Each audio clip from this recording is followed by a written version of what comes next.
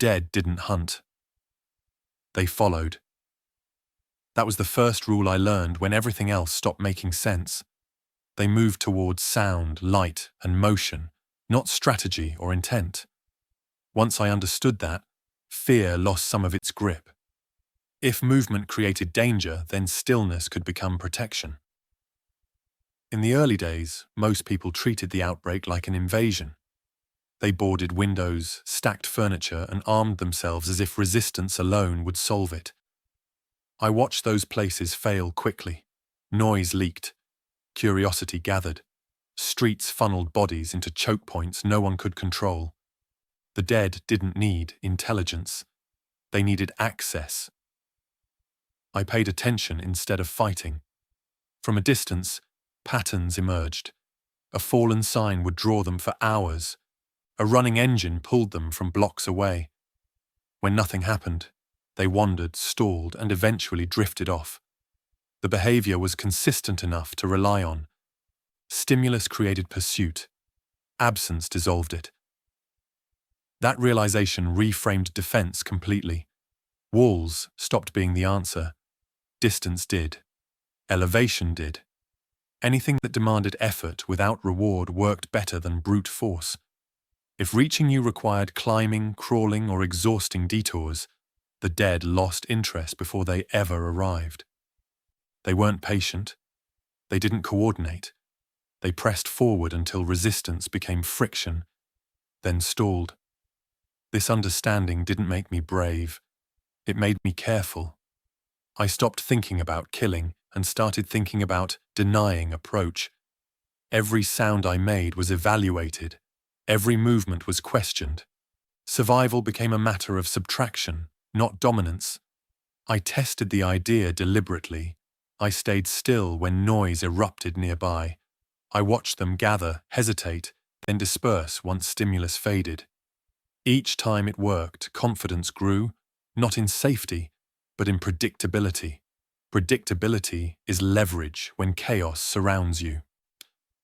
The stronghold I would eventually build didn't start as a structure. It started as an idea rooted in distance. If I could place myself somewhere the dead couldn't reach easily, then fighting wouldn't be necessary. The goal wasn't to repel them. It was to be irrelevant to them. That shift changed everything. Defense stopped being loud. It became quiet, patient, and deliberate. Before I ever laid a foundation or reinforced a wall, I understood the truth that shaped every decision afterwards. The dead weren't the enemy I needed to defeat. They were a force I needed to outlast by staying somewhere they simply couldn't follow. That understanding became the foundation of everything that followed. It guided where I traveled, when I moved, and how I chose silence over action. Strongholds fail when they invite attention. Distance succeeds when it removes incentive.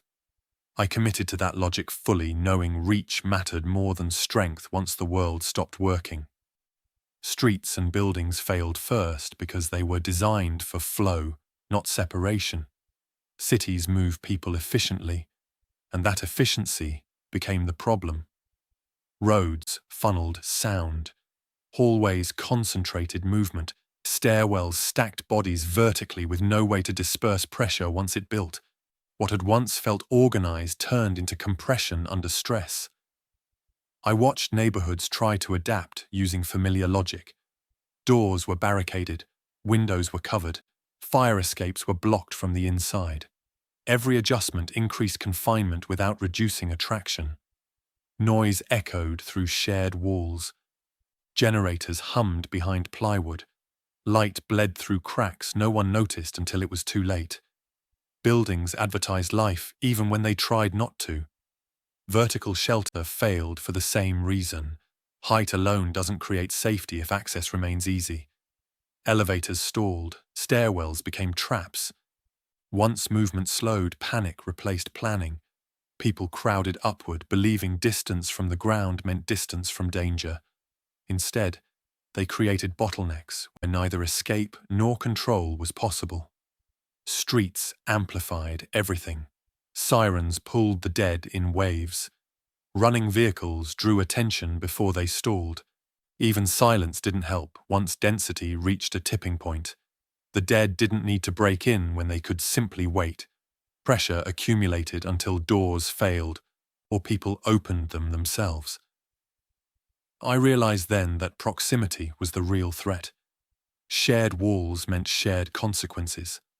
One mistake traveled through an entire structure. One person coughing, shouting, or falling could compromise dozens. Safety based on neighbors only worked while everyone behaved perfectly. Perfection doesn't survive hunger or fear. Buildings also created false confidence. Familiarity encouraged staying too long. People waited for rescue inside structures that were already compromised. By the time they accepted reality, exits were crowded or blocked. The dead didn't trap them intentionally. Design did. That's when I stopped considering conventional shelter entirely.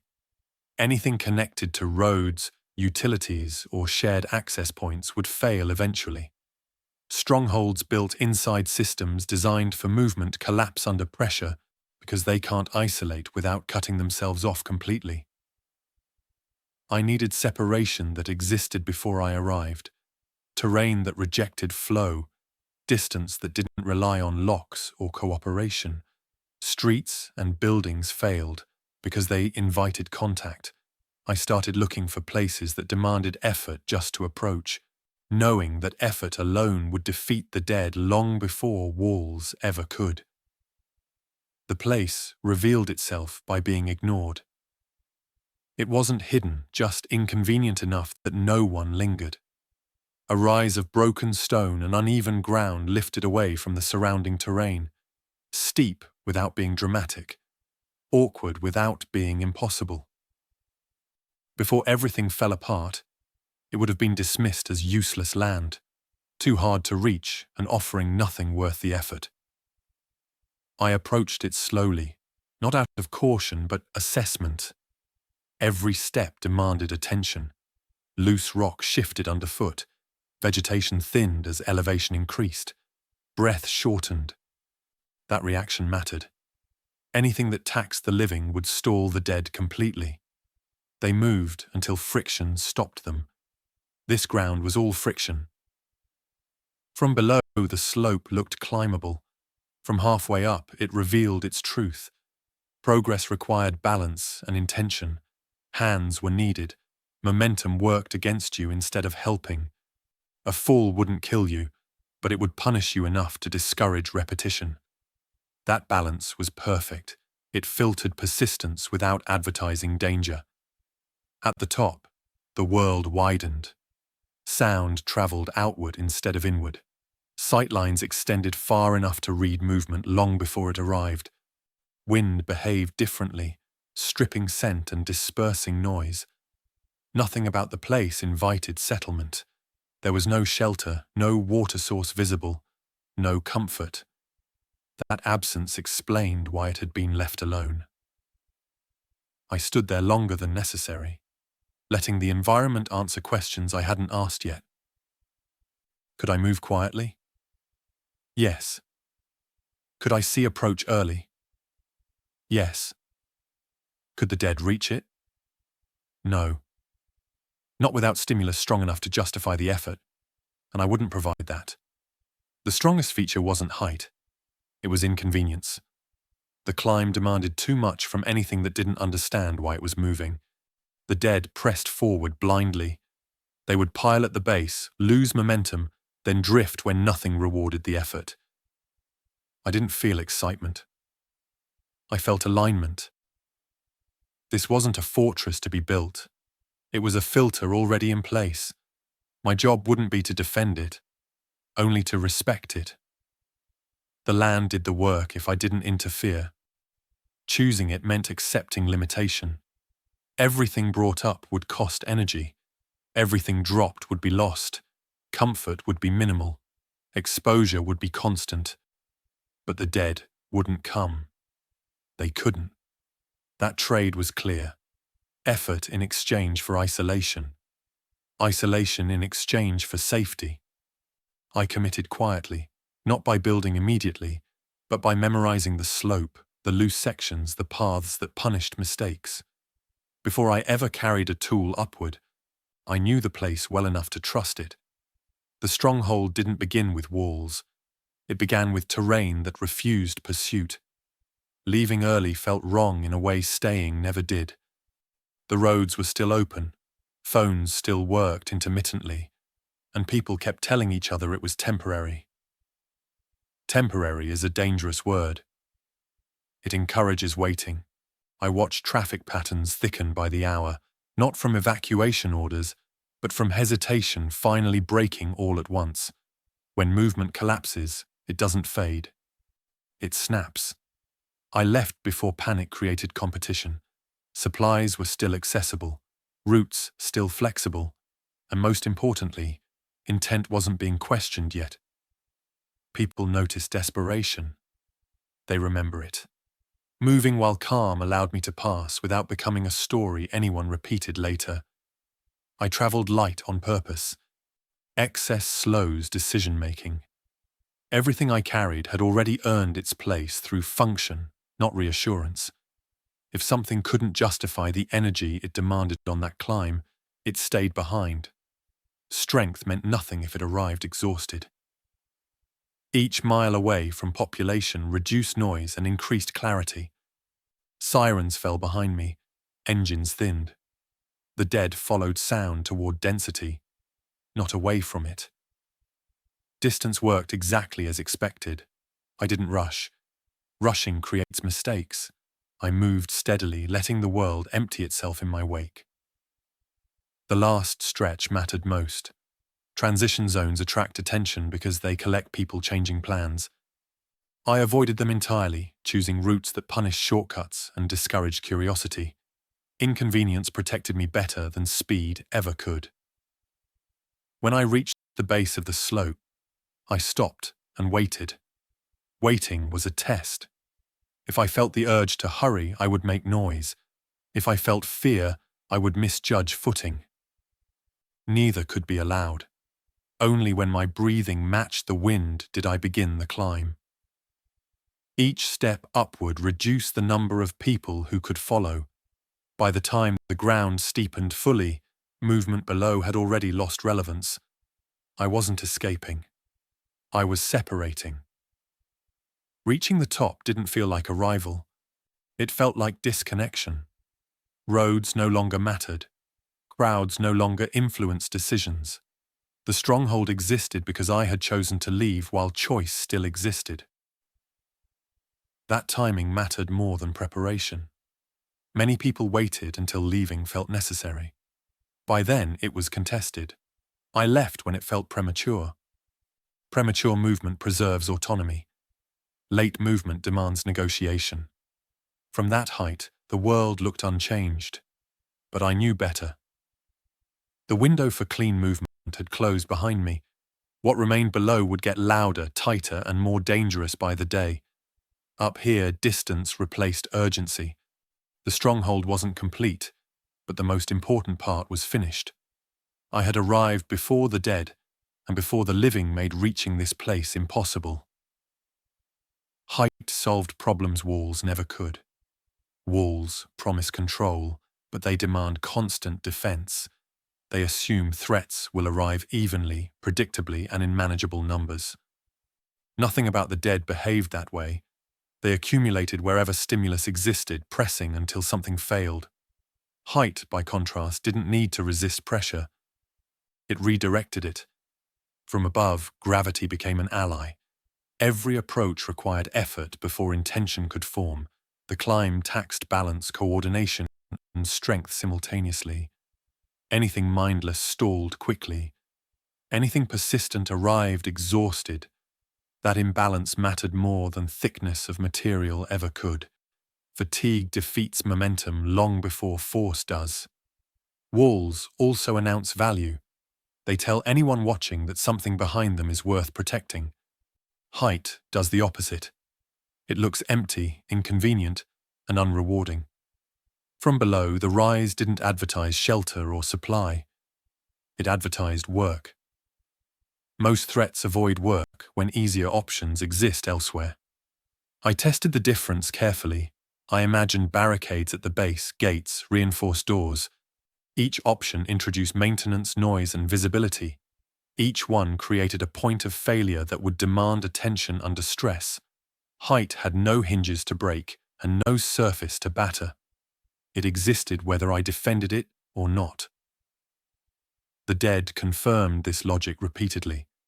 When they wandered near the slope, they pressed forward briefly, slipped, stalled, and lost interest. Without stimulus to reward the effort, they drifted away. No confrontation, no reinforcement, no repair afterward. The terrain reset itself naturally. Height also simplified decision-making. I didn't need to plan for every possible direction of attack. Approach routes were limited by physics.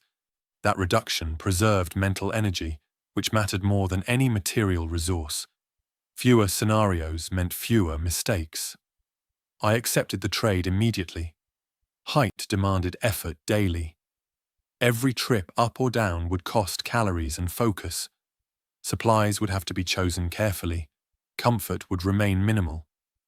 In return, the dead would never reach me, and the living would think twice before trying. Choosing height wasn't about superiority. It was about refusal. Refusal to fight. Refusal to signal. Refusal to participate in the constant escalation that walls invite. The stronghold wouldn't stand because it was fortified.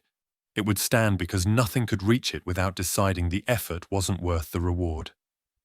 That principle guided everything that followed. I wasn't building a fortress. I was positioning myself where force became irrelevant. Height made conflict optional. An optional conflict is the safest kind. Building without creating a signal required more restraint than skill. Every improvement risked announcing intent, and intent draws attention. I worked with what already existed instead of reshaping it. The terrain was uneven, exposed, and unfinished, and I let it remain that way. Order attracts inspection. Disorder discourages it. I avoided clear construction rhythms. Work happened in short, irregular intervals, never long enough to establish pattern. If wind carried sound too cleanly, I stopped. If light shifted in a way that outlined movement, I waited. Progress measured in patience lasts longer than progress forced through urgency. Materials were gathered selectively. I never stripped an area completely or carried loads that suggested permanence. Stone was repositioned rather than cut. Wood was chosen for age and density, pieces that blended with existing decay. Nothing new should ever look new. Surfaces were dulled deliberately, edges broken, symmetry avoided. Noise discipline governed everything. Tools were chosen for control, not speed. Contact points were padded. Pressure replaced impact. I learned how much force could be applied before sound traveled farther than intended. When a mistake happened, I stopped immediately, letting the environment absorb it before continuing. Silence isn't just absence of noise. It's timing. Fire was treated as a liability, not a resource. Heat came from positioning and insulation rather than flame. When fire became unavoidable, it was brief, shielded and timed to weather that carried scent away and upward. Smoke is a broadcast. I refused to broadcast. The structure grew in fragments, no straight lines, no obvious walls. Everything followed terrain contours, creating shapes that looked accidental rather than deliberate. From a distance, nothing read as shelter. It read as weather and neglect. I also resisted the urge to finish. Completion signals confidence. Confidence invites testing. The stronghold needed to remain ambiguous, something that didn't reward curiosity. If someone climbed high enough to see it, they should doubt what they were looking at. Building this way tested patience more than endurance. Progress felt invisible even to me. That was intentional. Visibility is a trap. The goal wasn't to create a place that looked strong. It was to create one that looked uninteresting. By letting the environment remain dominant, the stronghold stayed quiet. It didn't announce survival, it absorbed it. Every decision reinforced the same principle. The safest construction is the kind no one notices being built. Access control didn't mean blocking entry. It meant shaping effort. Gates invite testing. Locks invite tools.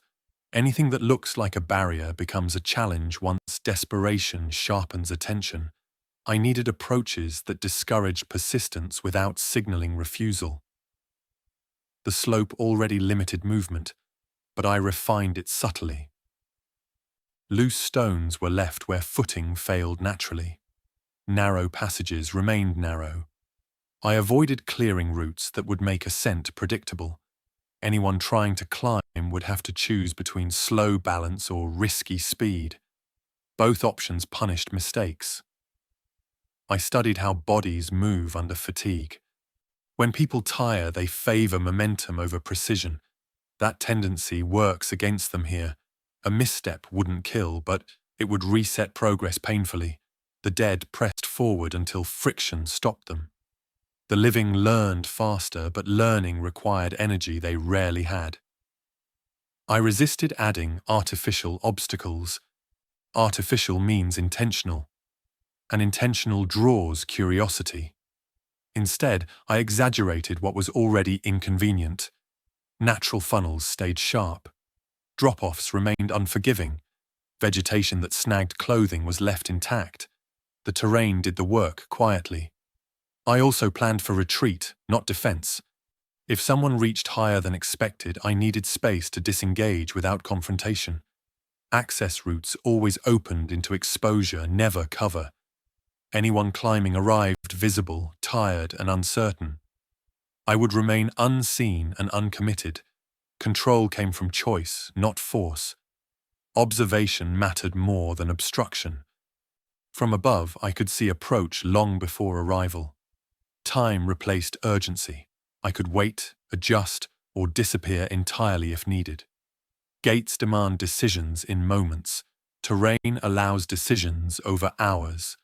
I tested these principles cautiously, moving as if approaching my own position. Every weakness I discovered was addressed indirectly, not by sealing it, but by making it less appealing. Access control works best when it doesn't feel controlled. Over time, the strongholds stopped needing protection. Attempts faded on their own. The effort outweighed curiosity. People look for easier answers when frustration sets in. The dead never learned. They simply stalled and drifted. By refusing gates and barriers, I removed escalation entirely. Nothing to break, nothing to breach. Just effort meeting resistance until interest dissolved. Access control became passive, reliable, and silent. That approach preserved anonymity and autonomy simultaneously. I wasn't guarding a door. I was letting the land decide who could arrive. In a world driven by hunger and panic, that quiet authority mattered more than any lock ever could. The stronghold stopped feeling temporary the moment my decisions stopped including departure as an assumption. Until then, every improvement had been framed as something I might abandon. Nothing was allowed to root. Systems were provisional. I treated the place like a pause between movements, not a position. That mindset changed quietly, without any single moment announcing it. The shift came during routine, not crisis. Water collection worked without adjustment. Food storage stabilized, weather passed without forcing reaction. I noticed I was maintaining instead of adapting. That distinction mattered. Adaptation responds to pressure. Maintenance assumes continuation. I hadn't planned to arrive at that point. I recognized it only after it had already happened. Responsibility followed quickly. The stronghold became something I could compromise through carelessness rather than something that would fail on its own. That realization sharpened discipline. I slowed movements further, questioned habits, and removed anything that felt too convenient. Convenience erodes attention. Attention was the currency that kept this place viable. Psychologically, the environment compressed my thinking. Options narrowed, but clarity increased. I no longer tracked every rumor or distant sound. Relevance became local. What affected the stronghold mattered. Everything else became noise. That filtering preserved mental energy in a way movement never could. I also noticed attachment forming and resisted it deliberately. Attachment leads to defense. Defense leads to confrontation. I dismantled one feature I liked too much, replacing it with something less comfortable but easier to maintain invisibly. The stronghold existed to reduce engagement, not encourage pride. Time behaved differently once permanence settled in. Days stopped feeling like countdowns. They became cycles. Cycles support planning. Planning supports restraint. Restraint preserves longevity. That progression felt fragile but functional. The stronghold wasn't finished. It never would be. Completion invites stagnation. What mattered was alignment. My behavior matched the environment's limits. I stopped asking whether I could leave and started asking whether I needed to. The answer, consistently, was no. That was when I understood the stronghold wasn't a structure. It was a commitment to stay unreachable, not through force, but through patience. Once that commitment formed, everything else simplified. I wasn't hiding anymore. I was holding position quietly, letting distance, elevation, and restraint continue doing the work I refused to rush or disrupt. Living above the reach of the dead changed how resources behaved. Gravity became a system, not a threat.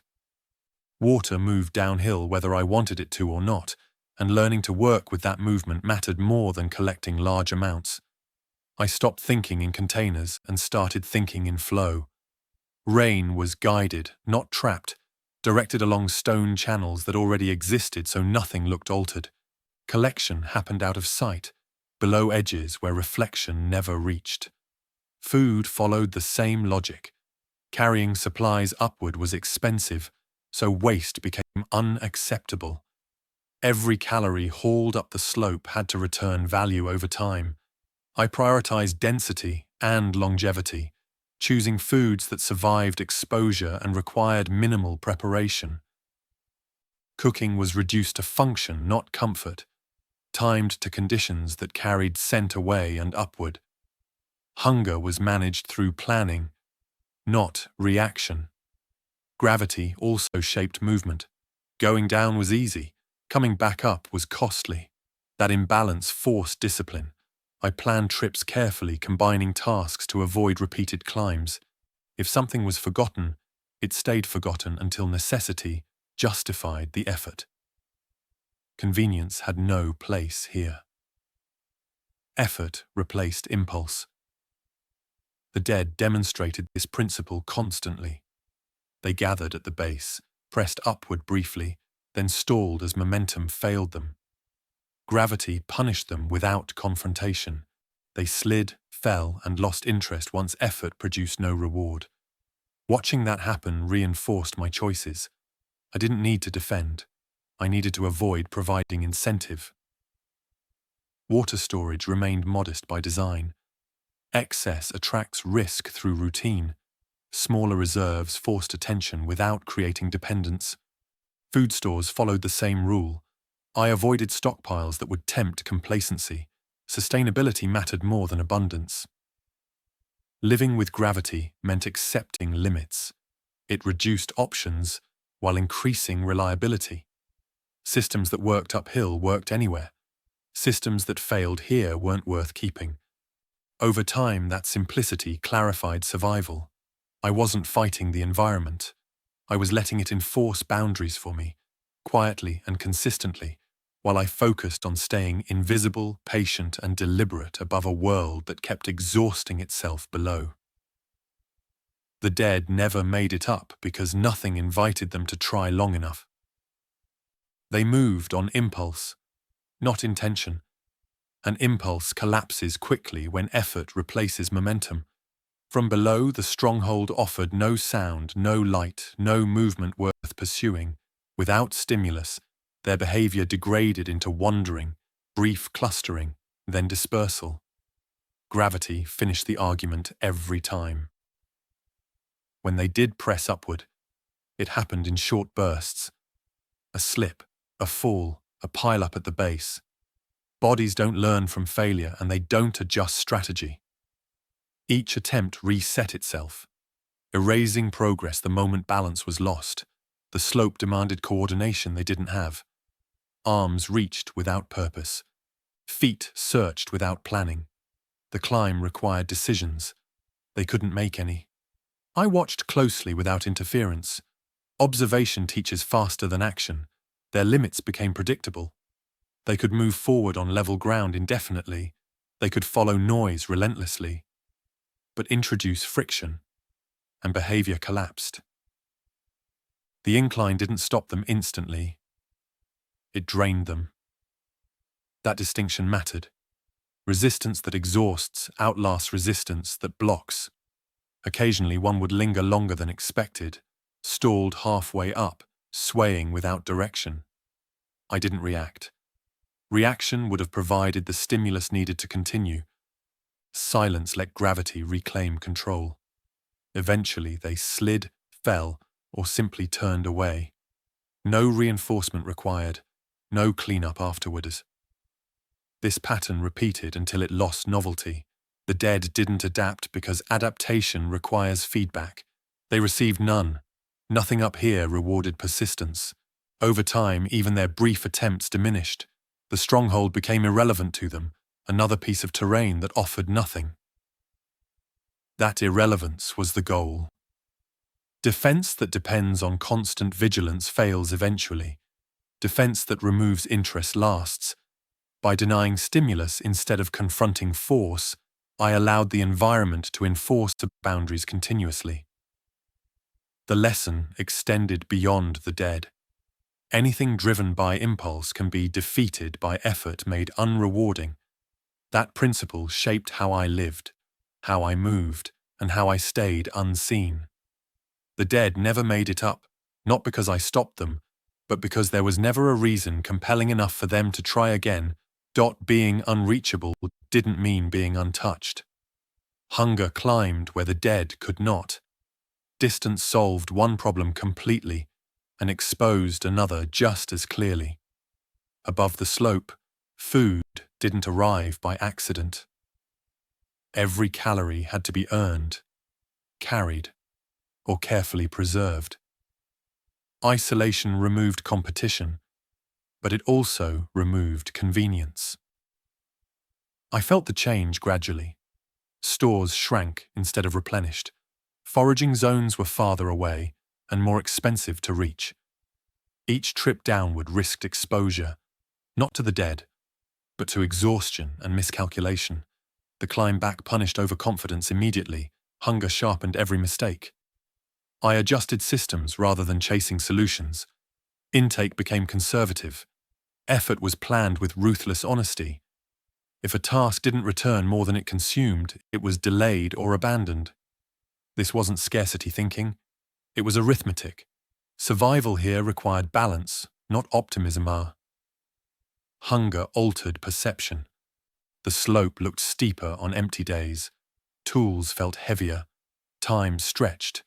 I learned to recognize those distortions and pause instead of pushing through them. Pausing preserved judgment. Judgment preserved safety. Safety preserved the stronghold's invisibility. I also learned that hunger isn't constant. It pulses. Some days were manageable. Others demanded restraint to the point of discomfort. I stopped reacting to those swings emotionally. Food became function, not relief. Meals were time to stabilize thought, not satisfy appetite. Living below full became normal again, not as sacrifice, but as alignment with conditions.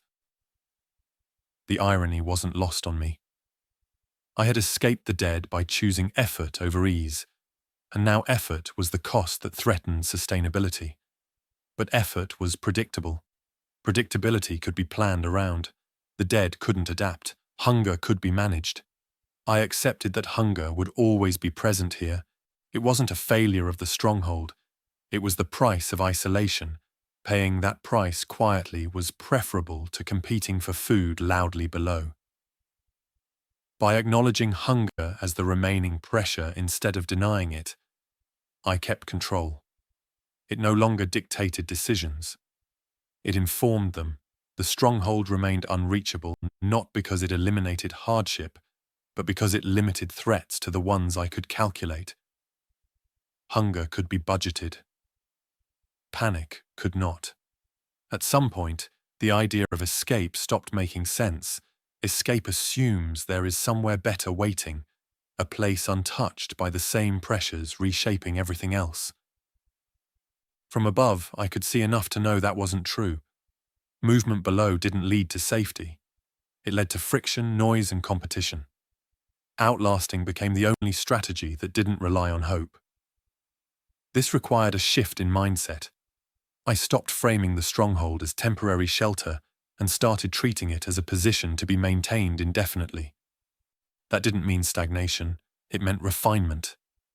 Systems were adjusted to reduce effort rather than increase output. If something worked but demanded constant attention, it was simplified or removed. Sustainability replaced optimization. I learned to let time do work I couldn't. Hunger pushed people to move, to search, to take risks. Over time, those risks thinned numbers and burned energy. I didn't need to confront that process. I needed to avoid interrupting it. Staying put allowed desperation to exhaust itself elsewhere. Outlasting also meant managing myself. Rest became intentional. Days were structured to avoid burnout. I stopped pushing for progress and started protecting consistency. Small gains compounded quietly. There was no dramatic improvement, only fewer failures. That absence became success. The stronghold taught patience by enforcing it. Leaving cost energy I couldn't waste. Staying rewarded restraint. That feedback loop reshaped behavior naturally. I didn't fight it. I accepted it. Learning to outlast meant giving up the illusion of control over the world below. I couldn't fix collapse or redirect it. I could only choose not to be consumed by it. That choice required humility. It also preserved autonomy. Eventually, the desire to escape faded entirely. The stronghold wasn't a cage, it was a boundary. Within it, survival was predictable. Outside it, survival demanded constant reaction. I chose predictability. Outlasting didn't feel heroic. It felt repetitive, quiet, and demanding in ways no one would ever see. That was fine. Survival that depends on recognition is fragile. Survival that depends on discipline endures. By accepting that escape was unnecessary, I removed urgency from decision-making. Urgency creates mistakes. Without it, choices became deliberate again. The dead never reached me. Hunger never ruled me. Time became my ally simply because I stayed where it couldn't rush me. The first sound reached me long before it made sense. It wasn't the careless shuffling or sudden impacts the dead made when they moved through terrain. This was deliberate. Pauses between steps, weight shifting as if someone was deciding where to place a foot rather than letting it fall. That difference tightened my focus immediately. I stayed still and listened until the slope sorted the noise for me. Wind masked some of it, but not all. Voices followed, low and restrained, carried upward in fragments that suggested caution instead of panic. Whoever was below understood effort. That made them more dangerous than the dead ever were. I adjusted position slightly, keeping myself below the skyline while widening my angle. From above, movement reveals itself through absence as much as presence. Birds didn't settle where they should have. Insects quieted, then resumed unevenly. Those disruptions traced a path upward that wasn't supposed to exist. They moved slowly, testing the slope in ways the dead never did. Hands searched for balance. Feet probed instead of lunging. Progress was inefficient but intentional. Hunger drives that kind of patience. People who have nothing left will attempt climbs others would abandon immediately. I didn't react. Reaction would have given shape to my position. Sound travels upward here faster than sight, and even a single mistake would have collapsed distance instantly. Instead, I let time stretch, trusting fatigue to work against them the way gravity worked against the dead. The climb punished them quietly. Stops lengthened. Frustration surfaced in short bursts of sound quickly swallowed by wind. One voice urged caution, another argued for persistence. That conflict mattered. Disagreement burns energy faster than effort. I marked their highest point mentally, not with satisfaction but with calculation. They weren't here yet, but they were closer than anyone else had ever been. That fact forced re-evaluation without panic. The stronghold hadn't failed. Conditions had shifted. When they finally stopped ascending, the silence that followed was heavier than noise. It meant they were deciding what came next. I stayed invisible and patient, letting uncertainty press down on them instead of me. Distance still favored restraint. By the time they retreated downslope, I hadn't moved more than a few inches. Nothing about the stronghold answered their questions. That mattered. Curiosity fades when effort produces nothing. The sounds from below confirmed what I'd known abstractly, but now understood concretely. The dead were never the final test. People would always try what hunger convinced them might work. My task wasn't to stop them. It was to ensure that every attempt felt unrewarding enough to abandon. Making it easy would have been a mistake disguised as kindness. Hunger changes how people interpret opportunity. If I smoothed the climb, signaled presence, or offered guidance, I wouldn't be helping them. I'd be inviting persistence. Once effort decreases, curiosity turns into expectation, and expectation hardens into entitlement. I evaluated the situation without emotion. They had chosen to climb because other options had failed. That meant pressure was already shaping their decisions. Pressure doesn't disappear when help arrives. It redirects. If I intervened, I'd become part of their solution, and solutions attract dependence faster than gratitude. Distance was my advantage, and I refused to dilute it. Every loose stone, every awkward angle, every false start served a purpose. Those obstacles weren't cruelty, they were filters. Anyone who reached the top would arrive exhausted, exposed, and uncertain. Lowering that cost would have collapsed the balance immediately. I also understood memory. Even failed attempts leave impressions. If the climb felt almost manageable, they would return. If it felt punishing and unrewarding, they would move on. My goal wasn't to defeat them. It was to ensure they chose something else. There was an ethical weight to that decision, and I didn't ignore it. I acknowledged the discomfort without letting it dictate action. In scarcity, every advantage shared becomes leverage later. I couldn't afford to become leverage. Protecting the stronghold meant protecting its ambiguity. I didn't hide because I feared people. I hid because interaction multiplies variables I couldn't control. Words would create promises, and promises would create conflict once hunger sharpened again. Silence kept outcomes simple. By refusing to make ascent easier, I preserved the stronghold's role as separation, not destination. The dead couldn't reach it. The living could, but only at a cost that rarely felt worth paying. That distinction mattered. I stayed still until their sounds faded completely, then waited longer. The land reclaimed the moment naturally. Nothing about the slope suggested it had ever been challenged. That invisibility was deliberate. Not making it easy wasn't about dominance. It was about endurance. I chose the path that preserved autonomy over approval.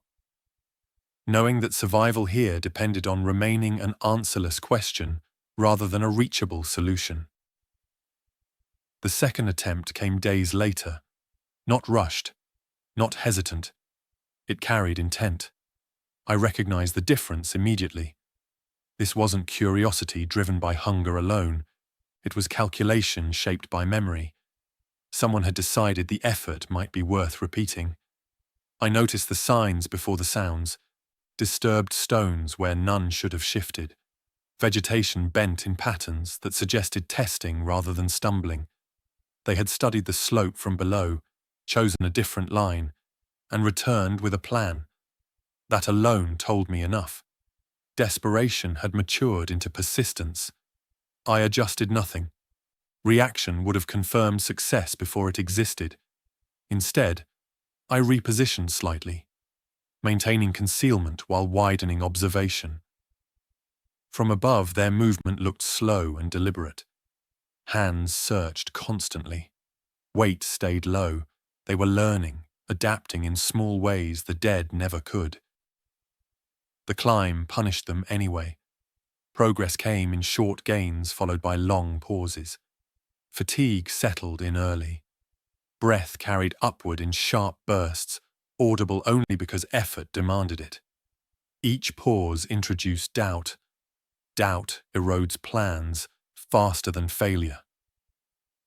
I felt the tension then, not fear, but recognition. This was the limit case. If they reached the top, silence alone wouldn't protect me anymore. I evaluated options without rushing to choose. Time still belonged to me as long as I remained unseen. Halfway up, the slope took control again. A slip sent one of them down several feet, skin meeting stone hard enough to stop momentum completely. The sound wasn't loud, but it was final. The climb stalled as attention shifted from progress to injury. Care replaces ambition quickly when pain enters the equation. They argued quietly, voices tight with frustration and fatigue. One wanted to continue. Another insisted the risk outweighed the promise. Hunger pushes people forward, injury pulls them back. That balance resolved itself without my involvement. They descended slower than they climbed, caution replacing determination. Each step down erased effort spent going up. By the time they reached the base, exhaustion had already claimed the day. The slope stood unchanged, indifferent to the attempt. I stayed hidden long after silence returned, allowing the moment to dissolve completely. Success here wasn't repelling an ascent. It was avoiding becoming the reason for another one. The attempt confirmed what I needed to know. The stronghold was reachable in theory, but not in practice. Theory doesn't survive contact with exhaustion. I didn't need to reinforce. I needed to continue doing nothing visible. As they disappeared below, I felt neither relief nor victory. I felt confirmation. Distance, effort, and restraint still worked together. As long as that balance held, the stronghold would remain a place the dead couldn't reach, and the living wouldn't choose to try again. The dead were a problem of mechanics. They moved when pulled, stopped when effort outweighed stimulus, and never learned from failure.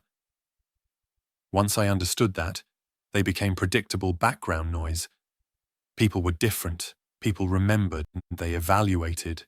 They returned with intentions shaped by hunger and frustration. That difference defined the real test of the stronghold. The attempts from below made that clear. The dead pressed until gravity erased momentum. The living pressed until calculation intervened. Both stopped, but for different reasons. Against the dead, terrain was enough. Against people, restraint mattered just as much. Every visible response would have rewritten the equation.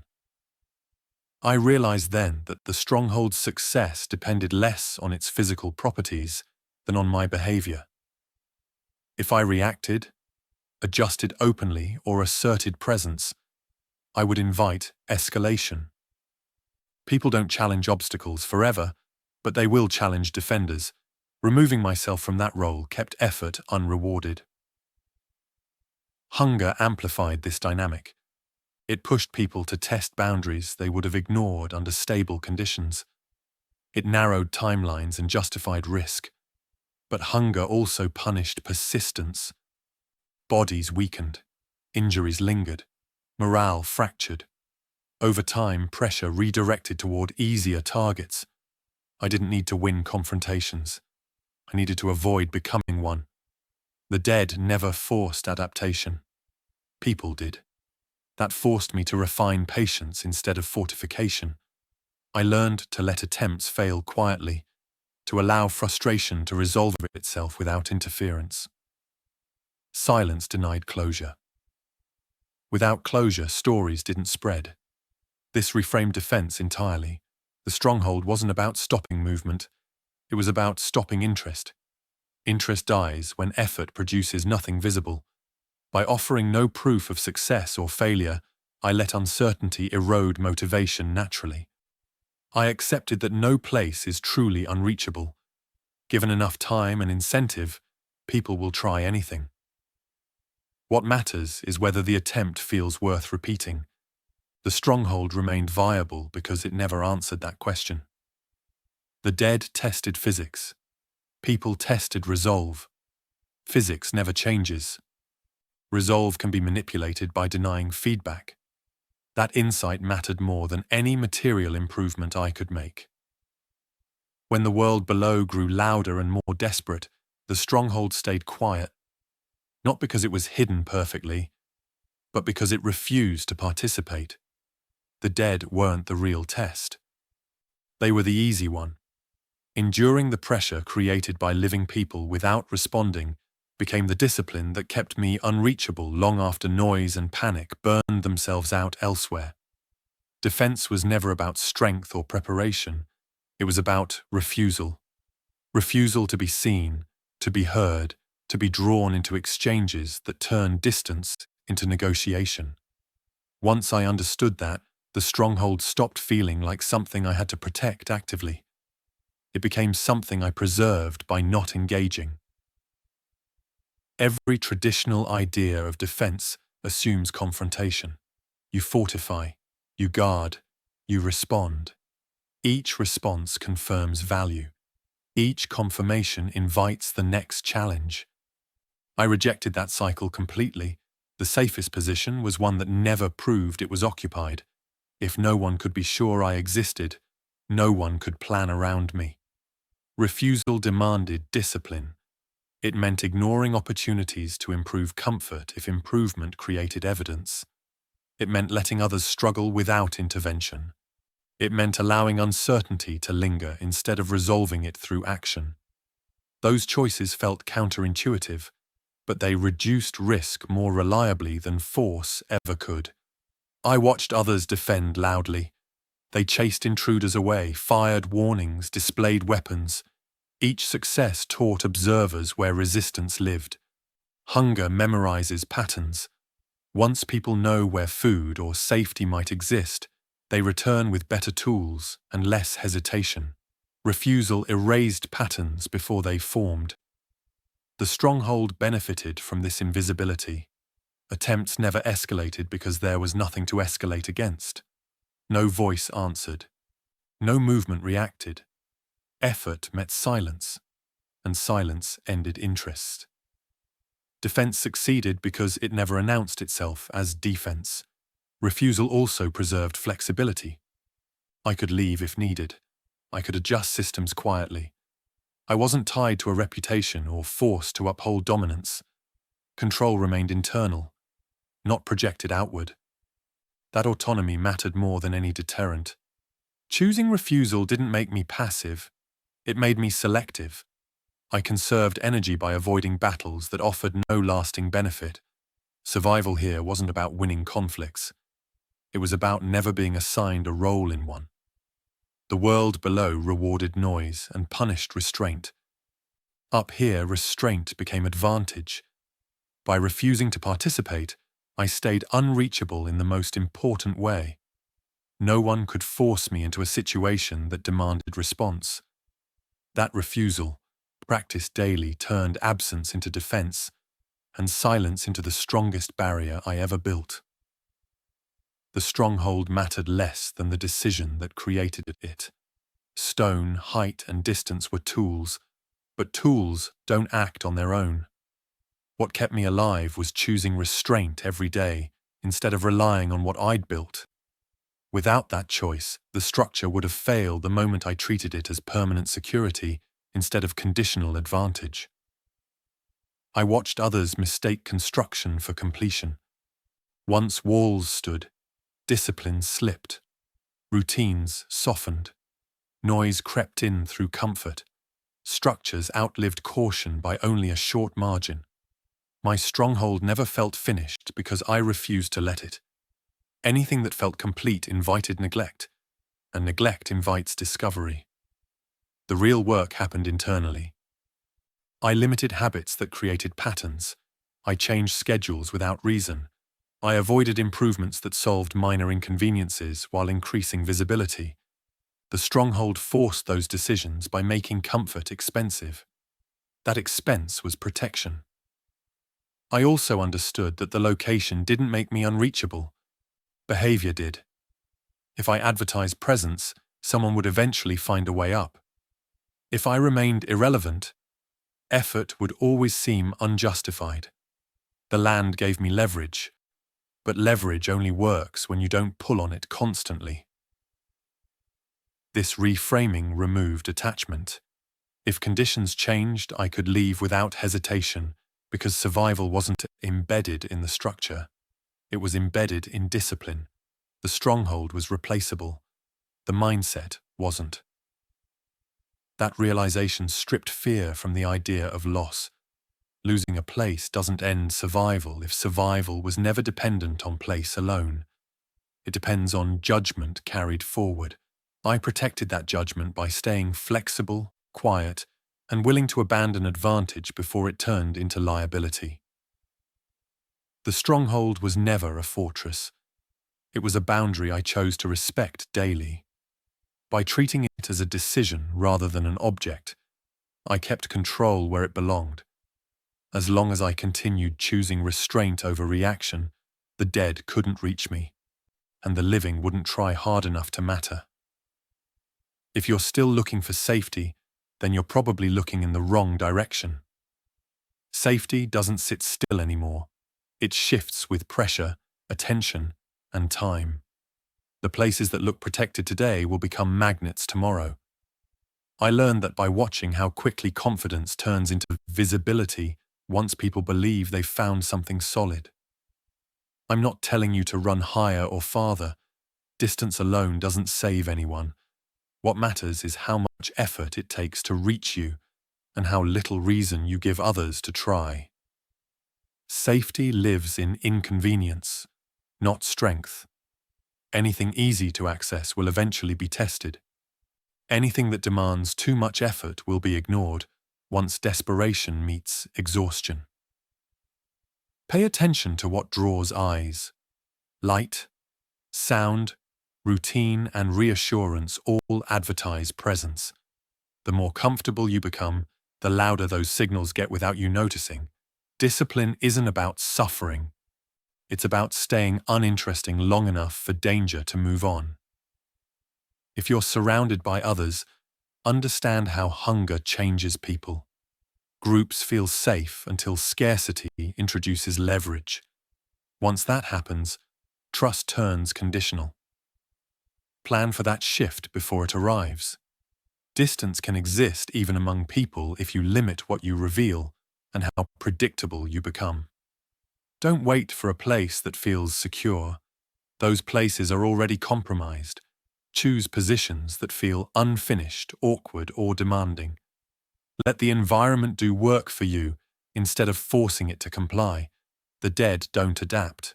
People do, but only when effort feels justified.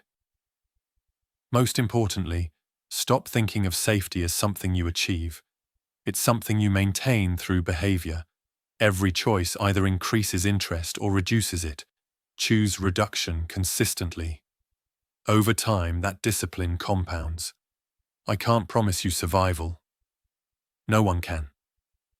What I can tell you is that the safest place I've found isn't unreachable because it's high or hidden.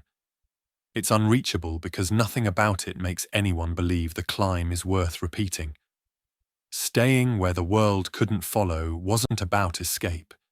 It was about refusal to be pulled back into collapse once separation was achieved. Down below, everything depended on reaction. People moved because others moved. Noise fed noise. Hunger accelerated decisions until mistakes became inevitable. Up here, distance interrupted that cycle. I stopped measuring days by what happened outside the stronghold. Sirens, fires, movement, silence. All of it became background context instead of direction. What mattered was whether systems still held, and whether my behavior stayed aligned with restraint. As long as those answers remained steady, the world could unravel without dragging me with it. This place didn't protect me by force. It protected me by demanding consistency. Every trip up the slope reinforced the same lesson. Effort must be justified.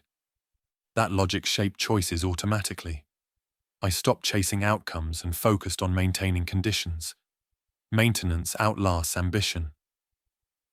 I accepted that the stronghold wouldn't matter forever. Nothing does. What mattered was how long it kept me unreachable while the most dangerous phase burned itself out elsewhere. Collapse has a curve. Panic spikes, resources vanish, numbers thin, and eventually pressure shifts. Surviving long enough to reach that shift was the objective. Staying here required letting go of urgency completely. Urgency creates shortcuts. Shortcuts create signals. Signals invite pursuit. By refusing urgency, I preserved distance even when circumstances below grew desperate. The stronghold didn't need to be perfect. It needed to be boring. I didn't feel victorious living this way. I felt steady. Steadiness preserved judgment. Judgment preserved options. Options kept the future open. That was enough. If the world ever stabilized, I would be present with energy intact. If it didn't, I would remain separated until conditions forced change on my terms, not theirs. Staying where the world couldn't follow meant accepting a smaller, quieter life in exchange for autonomy. That trade defined everything. I wasn't waiting to be rescued or remembered. I was waiting for noise to exhaust itself. Above the reach of the dead and beyond the pull of desperation, patience became shelter. As long as I stayed disciplined, the stronghold would remain not just unreachable, but unnecessary to defend, allowing me to exist outside collapse instead of being consumed by it.